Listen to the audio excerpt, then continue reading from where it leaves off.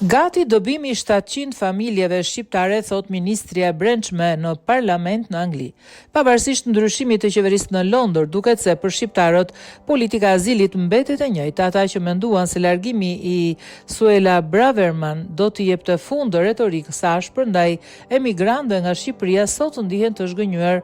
Pasuesi e saj në Ministrinë e Brendshme, laboristja Shabana Mahmud, vetëm pak muaj pas marrjes së detyrës, ka prezantuar planin më të gjerë të ristrukturimit të sistemit të azilit në 40 vitet e fundit dhe në qendër të tij janë pikërisht rreth 700 familje shqiptare të cilave u është refuzuar kërkesa për azil. Për shembull, ka rreth 700 familje shqiptare kërkesat e të cilave janë refuzuar për azil.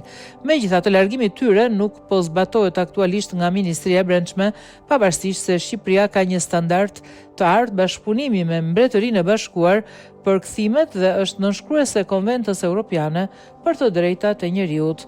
Ne do të nisim një konsultim mbi procesin e zbatimit largimit të familjeve përfshirë fëmijët, deklaroi një ditë më parë në Parlament Shabana Mohamed, teksa tregoi ndryshime drastike të ligjit të migracionit. Masat kanë shkaktuar shqetësim edhe brenda vetë Partisë Laboriste që pranojnë se deportimi i fëmijëve dhe familjeve konsiderohet i dhimbshëm dhe politikisht delikat. Pavarësisht se Shqipëria vlerësohet nga Mbretëria e Bashkuar si një partner i besueshëm në rikthimin e shtetasve, vendimi ynë është rikthyer në qendër debatit britanik për migracionin.